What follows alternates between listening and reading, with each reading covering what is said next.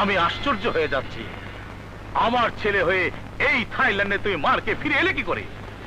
আমি খুশি হতাম যদি শুনতাম আমার ছেলে মারপিট করে তার পছন্দের মেয়েকে তুলে এনেছে, কিন্তু তা না করে আমার ছেলে আজ মারকে ফিরে এসেছে, তাও একটা মেয়ের জন্যই। মারতে আমি জানি বাবা, আমিও পারতাম মারের বদলে মার দিতে, কিন্তু যাকে আমি ভালোবাসি তার মামাকে মেরে ফিরে এলে তুমি কি খুশি হতে বাবা? আমি জানতে চাই যে মেয়েকে আমার ছেলে ভালোবেসেছে তার বংশ পরিচয় কি, কে তার বাবা, কি তার পরিচয়? বাবা, আমার ছেলে হয়ে ভয় পাচ্ছ তুমি? কিসের ভয়? আজ বল, আজ বল। দেখো, আমার ছেলে ভয় পাচ্ছে, আফজল চৌধুরীর ছেলে ভয় পাচ্ছে। কাকে ভয় পাচ্ছ আকাশ, কাকে? তোমাকে। আমাকে? আমাকে ভয় পাচ্ছ তুমি? আমার ছেলে আকাশ আমাকে ভয় পাচ্ছে? 22টা বছর ধরে পিতার স্নেহ আর মায়ের মমতা দিয়ে যে ছেলেকে আমি তিল তিল করে বড় করেছি, সেই ছেলে আজ আমাকে ভয় পাচ্ছে। আরে আরে, আমার ছেলের জন্য আকাশের বুক থেকে চাঁদ ছিনিয়ে আনতে পারি। বলো আকাশ, কে সে মেয়ে? তুমি যাকে ভালোবেসেছো সে যদি দরিদ্র হয়, অশিক্ষিত হয়, কানাখুড়াও হয়, তুমি নির্ভয়ে বলো তোমার তোমার বাবা তোমার ভালোবাসার মর্যাদা দিয়ে তাকে ঘরে বউ করে আনবে। বলো বলো, কাকে তুমি ভালোবেসেছো? কি নাম তার? কাজল। বাহ, চমৎকার নাম। আমি তোমার কাজলকে এনে তোমার চোখে লাগিয়ে দেব বাবা। বলো, তার বাবার নাম কি? দাউদ খান।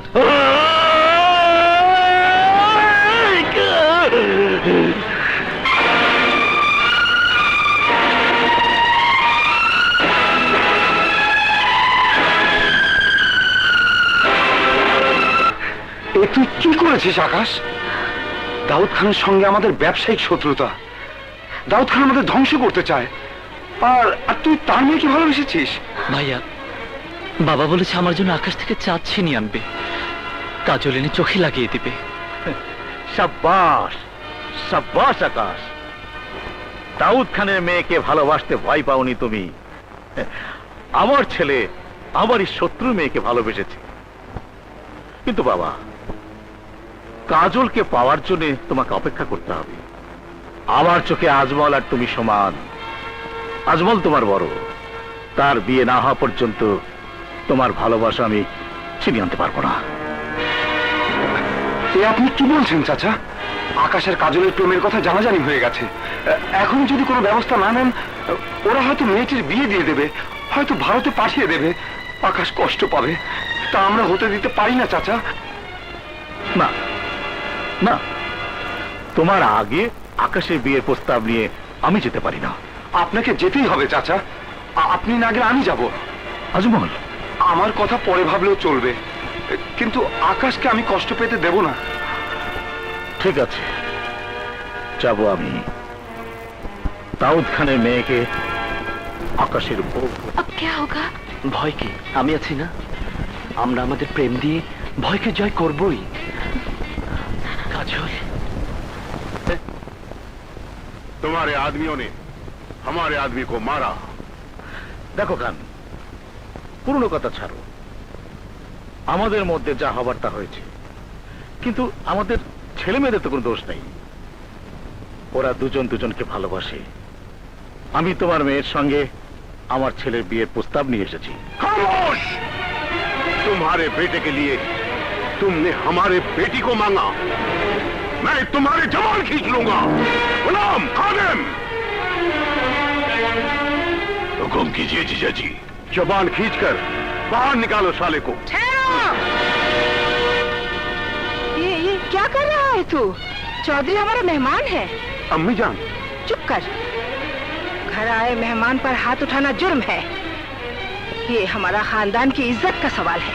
अम्मी जान, वो काजल का हाथ मांग रहा है अपने बेटे के लिए, पैगाम लेके आया।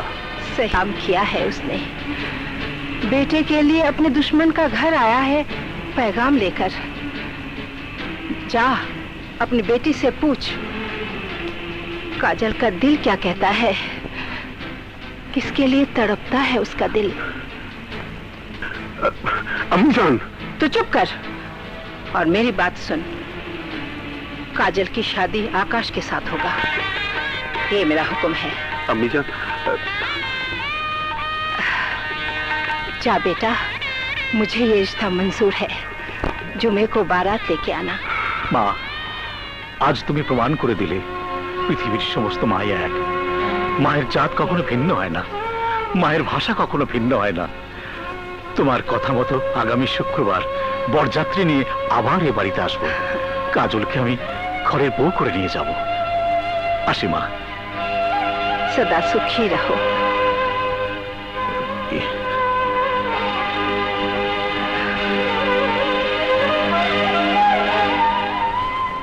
আরে হ, দাদিমার হুকুম হয়েছে দেখাই তো আগামী শুক্রবার বিয়ার বরযাত্রী যাইব তোমাগো ভাই।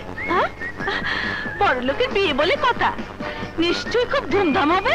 তা বোঝো নাই? আর হলো, ডাইনে ঘোড়া যাইব, বামে হাতি যাইব, সামনে নাচবা তুমি। হলো, বিয়াটা হয়ে গেলে তোমার আর আমার অনেক সুবিধা। কি রকম সুবিধে হবে একটু খুলে বলুন দেখিনি। অহনো বোঝো নাই? কচু কচু কচু। হলো, বিয়াটা হয়ে গেলে তুমি যেমন আমগো বাই চাইবা, আমিও তোমাগো বাই যাম। তোমারও আলাদা ঘর আছে, আমারও আলাদা ঘর। তা তো বুঝলুম, কিন্তু সুবিধাটা কি? আরে বোঝো নাই, দুইজনে ঘরে ঢুইকা এই দিনের মতো মেসেজ মেসেজ করবো। সে কি বলছেন? আমি তো সেদিন আপনাকে কথা দিয়েছি আর কোনোদিনও সব করব না। একেবারে গলা কিন্তু মেরে ফেলাম। ও আচ্ছা, আস্তে আস্তে কথা দিছো অন্য মেয়ের সঙ্গে না করার জন্য, আমার সাথে করবা। না দাদা, আমি কিন্তু কথা নড়চড় করতে পারবো না। সব এই বিতলামি করো না, আমারে মেসেজ না করলে আমি কিন্তু সপ্তাহে কই দেব। আপনার দিব্যি রইল দাদা, ও কথা কাউকে বলবেন না। আমি আপনার মেসেজ এই তো লাইনে আইছো, ঠিক তো? বলছি। আচ্ছা ঠিক আছে, বুঝলাম। অহনে এইসব গটি বাটি কথা বাদ দিয়া আমার বুকে আসো। কি হইলো? আরে আসো। আরে কোন ইচ্ছা না, পাঠাইলে আসো। কি শান্তি।